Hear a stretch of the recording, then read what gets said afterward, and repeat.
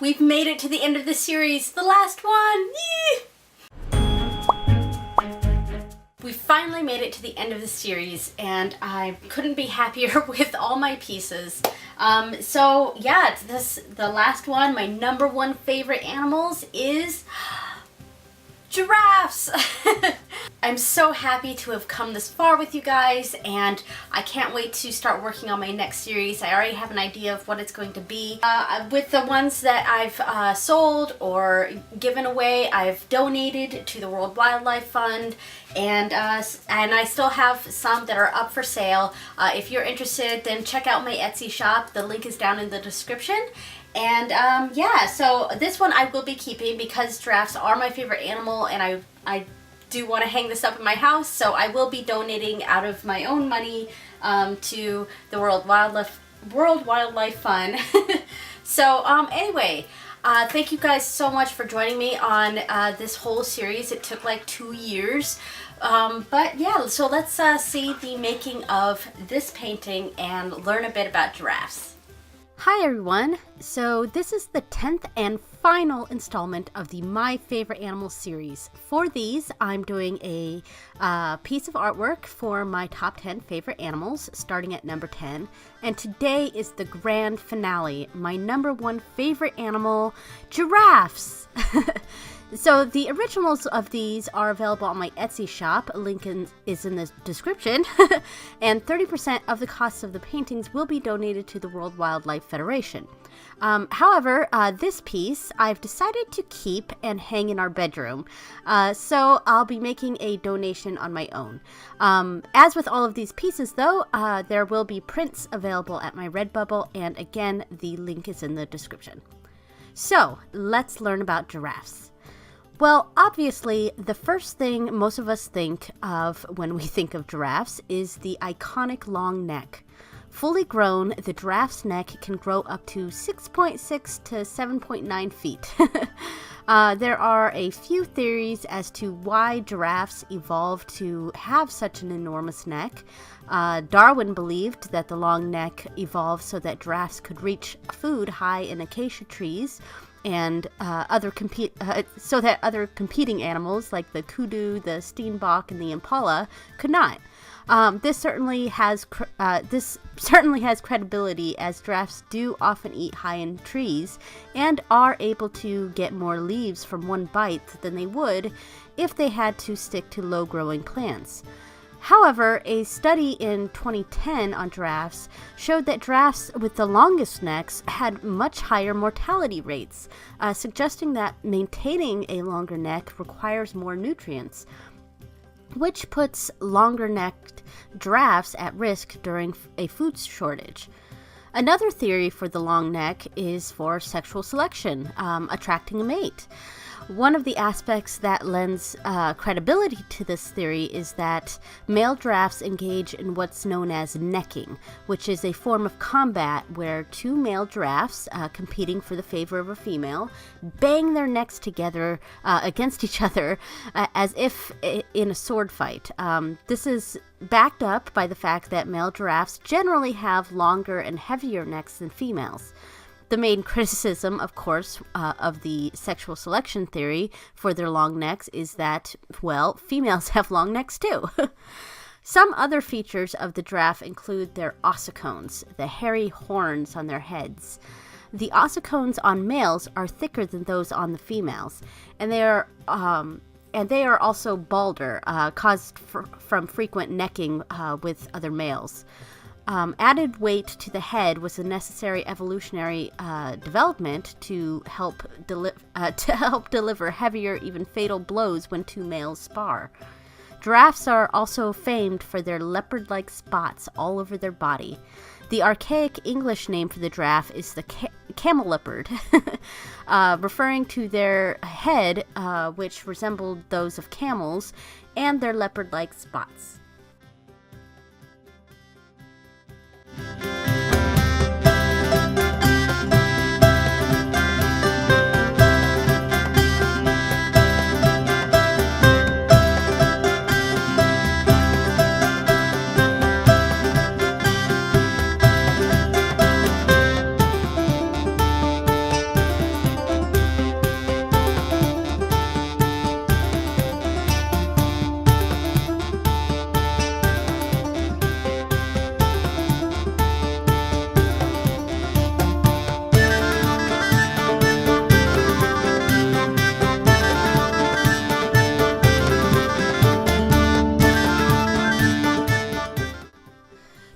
Giraffes are really only found on the African continent, particularly in the savannas, with scattered trees.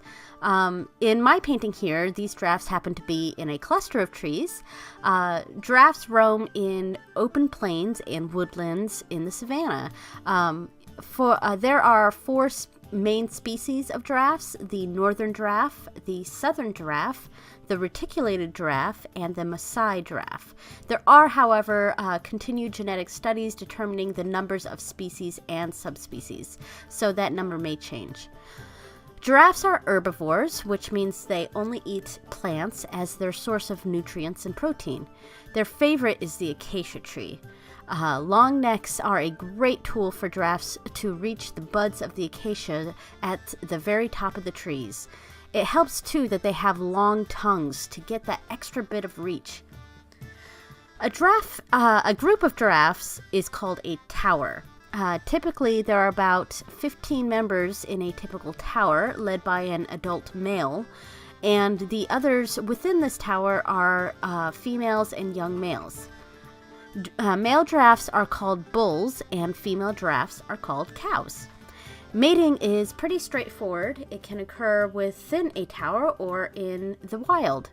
Once pregnant, cows will have a gestational period of around 14 to 15 months. During birth, baby giraffes, called calves, will drop to the ground as the mother gives birth standing up. By comparison to its mother, a calf may seem quite small, but newborn giraffes are taller than a human adult male. Equally impressive is their agility and instinct to stand up and even walk only an hour after birth. Calves wean at 12 months, but will stay with their mothers for between 15 to 18 months. They won't be fully mature, however, until they are between 3 and 6 years old.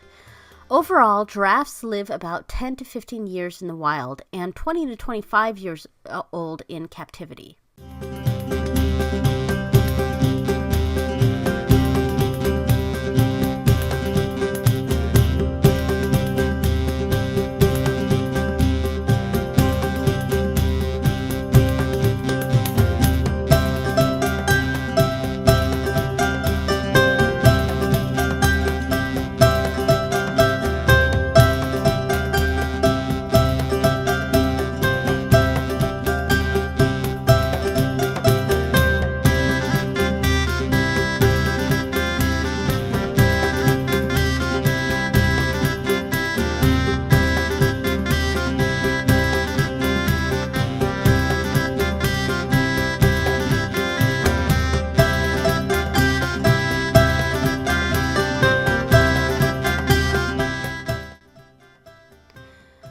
So that brings us to their conservation status. According to the International Union of Conservation of Nature and the Giraffe Conservation Foundation, in the 1980s there were a total of 155,000 giraffes in Africa, while today that number has dropped by about 30%.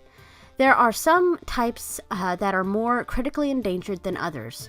Throughout history, giraffes have been common targets for hunters, for everything from their meat to their skin to the hair, bones, and even their blood, which was used by medicine men.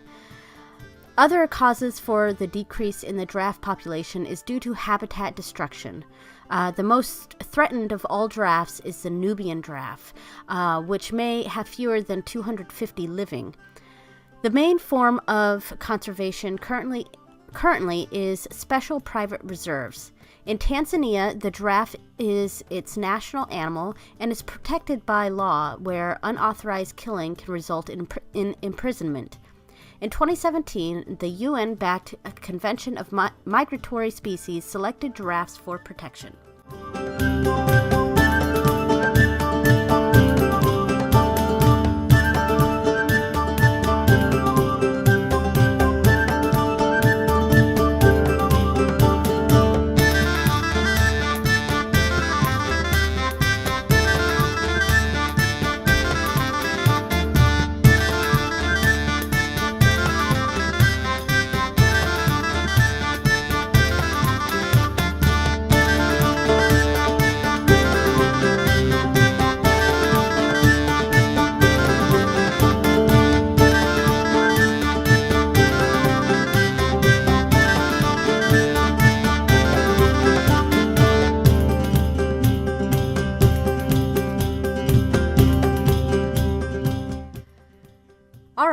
well, that's all the information on Giraffes I have for you right now. I hope you enjoyed this, and I hope you enjoyed the entire series.